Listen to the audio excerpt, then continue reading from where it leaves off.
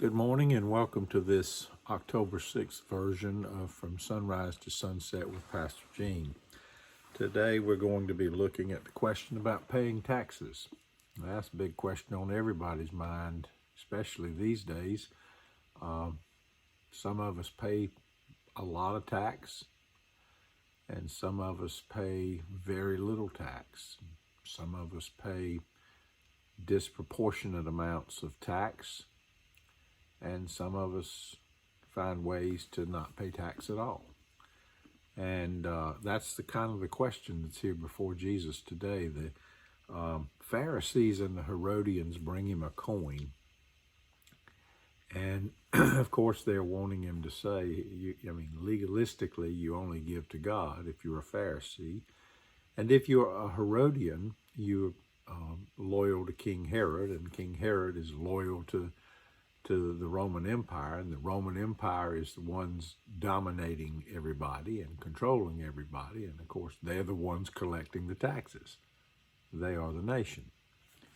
And that's how the Roman Empire is able to fund all of the things that it does for the community, fund their army or their police, fund the water systems that they are creating, and just do the kinds of things that keeps the culture moving. King doesn't have that power; Rome has it.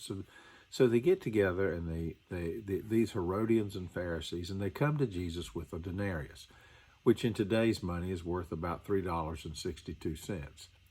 And they show Jesus the coin, and he asks them, whose head is on this coin? And of course, they say, the emperor, because it is the political entity's coin. They are the ones who are in control. And so Jesus kind of gives them an ambiguous answer.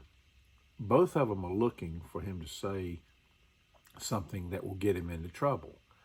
See, if you're a Pharisee and you're asking that question, you want Jesus to say, oh, well, you pay your taxes to Caesar. And if you're because that gets him in trouble. And if you're a Herodian, you want him to say, no, you don't pay taxes to Caesar, you got to give to God, which makes you guilty of being a traitor. So Jesus takes the coin and he looks at it and he says, render unto Caesar what is Caesar's, and unto God what is God's. And he just leaves them amazed, and they go away. The brilliance and wisdom of Jesus to know how to answer the tough question in the tough moment never ceases to amaze me. He truly gives the Pharisees and Herodians something to think about in terms of the practice of their own faith. These Pharisees that are trying to catch Jesus in a legalistic issue aren't able to do it. And the same thing is true for the Herodians who are trying to catch Jesus on a political issue. They don't do it. Let's not get caught up in those kinds of things. Let's do as Jesus said.